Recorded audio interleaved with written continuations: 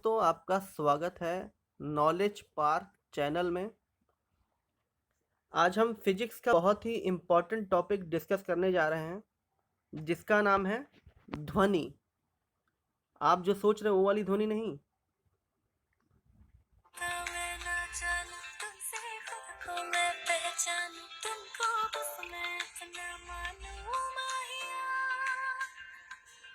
नहीं नहीं, ये वाली ध्वनि बिल्कुल नहीं।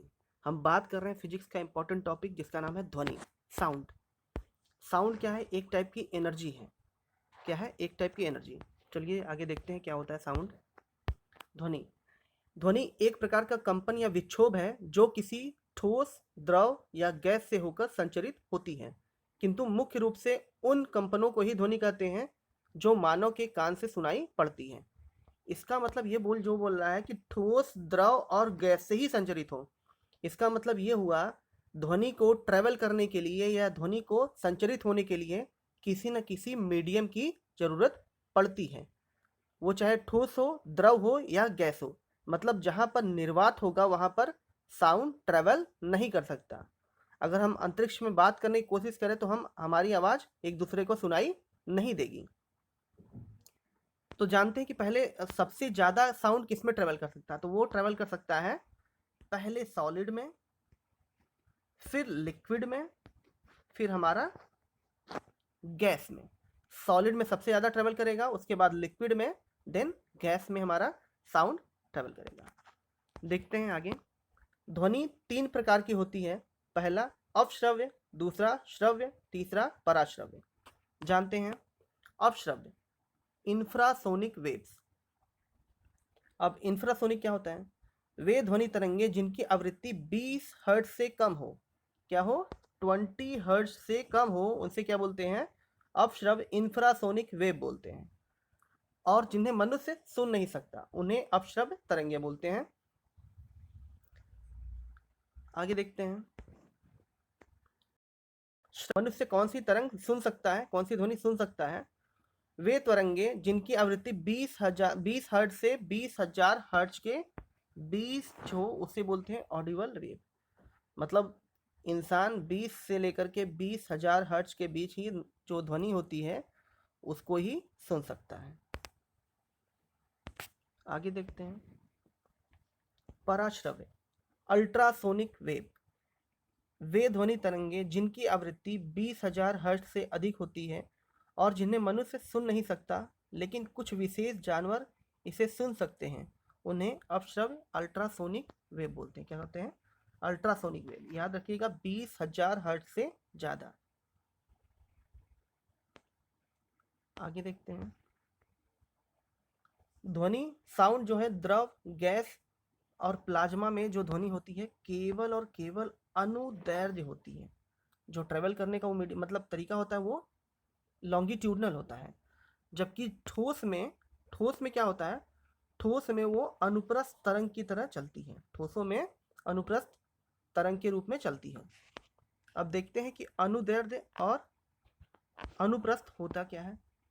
लॉन्गिट्यूडनल वेव, वे तरंगे जिनमें माध्यम के कणों का विस्थापन तरंग की गति की दिशा या उसके विपरीत में होता है तो उसे लॉन्गिट्यूडनल वेव कहते हैं। इसे एल तरंग भी बोलते हैं। कई बार एग्जाम में ये भी पूछ लेता है कि एल तरंगे किसे कहते हैं, तो वो कहते हैं अनुदैर्ध्य या लॉन्गिट्यूडनल वेव। इसका एग्जाम्पल है वायु में ध्वनि तरंग। सपोज यहाँ पर कोई व्यक्ति खड़ा है, यहाँ पर कोई दूसरा व्यक्ति खड़ा है। जब ये बोलना शुरू करेगा तो यहाँ पर जो एयर के मॉलिक्यूल्स होंगे वो क्या करेंगे? एक दूसरे को अपनी एनर्जी ट्रांसफ़र करते हुए जाएंगे। यहाँ पर ट्रांसफ़र करेंगे तो ये मॉलिक्यूल्स इसको ट्रांसफ़र करेगा। हर मॉलिक्यूल्स अपने आगे वाले मॉलिक्यूल्स को उसकी एनर्जी ट्रांसफ़र करता रहेगा और ये सीधे जाकर के दूसरे व्यक्ति के कानों तक पहुँचती है। एक और अच्छा एग्जाम्पल जानते हैं कि क्या होता है। इसका एग्जाम्पल तो हो गया कि वायु में ध्वनि तरंग, जैसे हम बोलते हैं तो जो सुनाई देता है उसे जो कौन सी तरंग बोलते हैं? अनुदैर्ध्य। अब स्प्रिंग को हम जब खींच करके छोड़ते हैं तो हमारा क्या होता है? एक जगह कंप्रेशन, यहाँ पर एक रेयर फ्रैक्शन, फिर कंप्रेशन, फिर रेयर फ्रैक्शन। तो ये जो वेव ऐसे बनता है ना, आगे और पीछे, आगे जाएगा देन पीछे, स्प्रिंग जो होगी आगे जाएगी फिर देन पीछे जाएगी। तो ये क्या हो गया, लॉन्गिट्यूडनल वेव का एग्जाम्पल हो गया। अगला जो है अनुप्रस्थ ट्रांसवर्सल वेव। वे तरंगे जो ये तरंगे होती हैं वे बिल्कुल उसके अलग होती हैं। इनमें जो कणों के कंपनों की गति होती है वो तरंग के संचरण की गति की लंबवत होती है। इसका मतलब ये वेव है तो ये क्या होगी, यहाँ पर परपेंडिकुलर होते हुए जाएंगी। और एक और अच्छा एग्जाम्पल आप समझिए, आप सभी ने देखा होगा तालाब में जब हम किसी पत्थर को फेंकते हैं तो उसमें जो लहर उत्पन्न होती है ना, तो वो लहर किसका एग्जाम्पल होती है, ट्रांसवर्सल वेव का। किसका एग्जाम्पल होती है, ट्रांसवर्सल वेव का। जैसे ये देखिए फिगर में बना हुआ है, ये हमारी वेव है। जैसे हम अगर एक रोप का एक तरफ अगर स्टेबल कर दें, मतलब एक तरफ हम अगर स्टेबल है और दूसरी तरफ से अगर उसको हल्का सा मूव करें तो इस टाइप का ही हमारा वो फॉर्मेशन करेगा। ऊपर वाले को बोलते हैं एंटी नोड्स, नीचे वाले को बोलते हैं, इधर वाला जो पॉइंट होता है हमारा नोड होता है, और दो एंटी नोड के बीच में जो होता है उसे बोलते हैं वेव लेंथ। वेव लेंथ को बोलते हैं लैम्डा। अगला जानते हैं प्रतिध्वनि, इको। आप सभी ने सुना होगा इको को, अपनी ही आवाज को जब दोबारा हमें सुनाई देता है उसे बोलते हैं इको। किसी खाली घर में या किसी बड़े मैदान में अगर हम जाकर के खड़े होकर चिल्लाते हैं या बोलते हैं तो हमें अपना ही साउंड क्या करता है, टकरा कर किसी वस्तु से टकरा करके वापस आता है, पुनः वापस स्रोत के पास आता है, तो उसे बोलते हैं इको। सपोज आप यहाँ पर खड़े हैं, यहाँ पर आप खड़े हैं, ये आगे एक बहुत बड़ी दीवार है। जब आप बोलेंगे तो ये साउंड यहाँ इस दीवार पे जाएगी, और इस दीवार से टकरा करके दोबारा जब आपको सुनाई देती है तो वही क्या कहता है, प्रतिध्वनि या तो इको बोलते हैं।